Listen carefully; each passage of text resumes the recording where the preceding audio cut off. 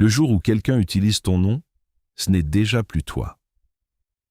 Nous arrivons maintenant au cœur de cette série. Après avoir vu comment tes informations sont collectées, comment elles circulent, comment elles sont vendues sur un marché caché, il est temps de parler du moment où tout bascule. Le moment où un inconnu, assis derrière un écran, décide d'enfiler ton identité comme on enfile un vêtement. Et crois-moi, ce moment, quand il arrive, tu ne le vois pas venir. Pourtant, il change tout. Laisse-moi te raconter l'histoire de ce qui se passe concrètement.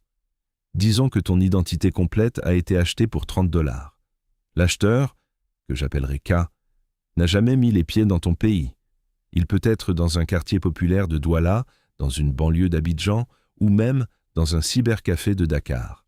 Ce que K a entre les mains, c'est ton nom, ta date de naissance, ton numéro de téléphone, ta pièce d'identité scannée et parfois ton selfie. Avec ça, la première chose que K va faire, c'est ouvrir des comptes à ton nom. Il va s'inscrire sur des plateformes de mobile money dans d'autres pays que le tien. Il va créer des comptes sur des applications de trading en ligne. Il va souscrire à des offres de crédit dans des microfinances digitales. Toutes ces plateformes ont des systèmes de vérification, mais ils ne peuvent pas distinguer entre toi et K, parce que K a tes documents. Alors, les comptes sont validés. Maintenant, K a un compte bancaire à ton nom dans un pays voisin. Il a une ligne de crédit de plusieurs millions de francs à ton nom. Et il va les utiliser. Mais ce n'est pas tout. Avec ces comptes, K peut maintenant faire des choses beaucoup plus dangereuses. Il peut recevoir de l'argent provenant d'arnaques, des victimes qui envoient des fonds sur ton compte, parce qu'on leur a dit que c'était un compte sécurisé. Il peut effectuer des transactions qui semblent normales, mais qui en réalité blanchissent de l'argent sale. Il peut même, dans certains cas, demander des prêts à ton nom, les encaisser et disparaître. Et toi, dans tout ça, tu vis ta vie normalement. Tu ne vois rien, jusqu'au jour où ça te rattrape. Le premier signe, c'est souvent un appel d'une banque. « Monsieur, vous avez un impayé sur le prêt que vous avez contracté. » Toi, tu n'as jamais contracté ce prêt. Tu expliques, tu te fâches, tu penses à une erreur. Mais quelques semaines plus tard, c'est un huissier qui se présente, ou un courrier officiel d'une institution de microfinance qui menace de saisie. Ou pire, une convocation des forces de l'ordre parce que ton identité a été utilisée dans une affaire d'escroquerie. Et là, c'est le cauchemar. Parce que tu dois prouver que ce n'était pas toi. Tu dois prouver que tu n'as jamais ouvert ce compte, que tu n'as jamais reçu cet argent, que tu n'as jamais signé ce contrat.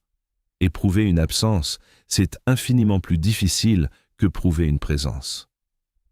Pendant des mois, parfois des années, tu vas devoir justifier chaque mouvement de ta vie, expliquer que tu n'as jamais mis les pieds dans cette banque, fournir des alibis pour des dates que tu ne te souviens même pas, engager des avocats, payer des frais, épuiser ton énergie.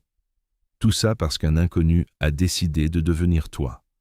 Et la douleur ne s'arrête pas là. Parce que même après avoir résolu le problème avec la banque, même après avoir prouvé ton innocence aux autorités, ton identité reste entachée.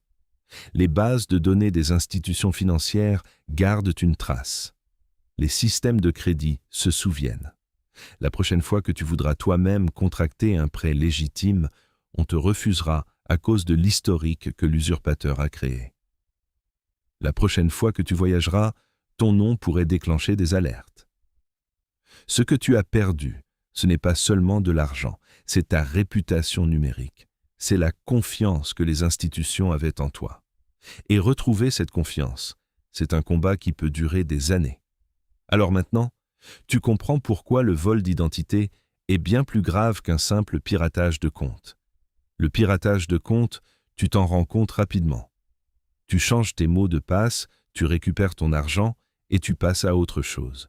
L'usurpation d'identité, elle, est silencieuse. Elle s'installe sans que tu la vois.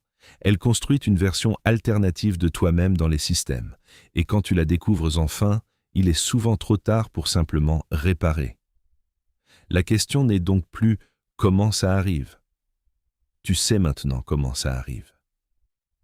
Tu sais que ça commence par une simple information donnée sans réfléchir, que ça continue par la circulation des données, que ça aboutit à un marché où ton identité est vendue.